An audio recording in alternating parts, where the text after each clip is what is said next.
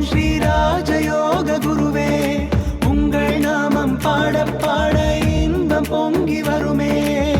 தெய்வீக திருவுருவே தேடி வந்தோமே, தெய்வமானமை பொருளை காண வந்தோமே. அதுக்கு மேலே வரும்போது விசுத்தி. இந்த விசுத்தி சக்ரா அப்படின்னா எந்த வடிவில் இருக்குது, எத்தனை தாமரைகள் இருக்குது அதுக்கு அப்படின்னா 16 தாமரைகள் கொண்டது விசுத்தி. அதுக்கு தேவதை மகேஸ்வரன் அப்படின்னு சொல்லப்படுகிறது.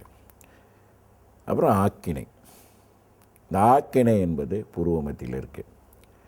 இதுக்கு 3 இதழ்கள் கொண்டு இருக்குது. 3 இதழ்கள்னு சொன்னால் 2 பக்கம் இதழ்களாகவும் நடுவில் வட்ட வடிவமாகவும் அந்த அமைப்பு அமைஞ்சிருக்கு.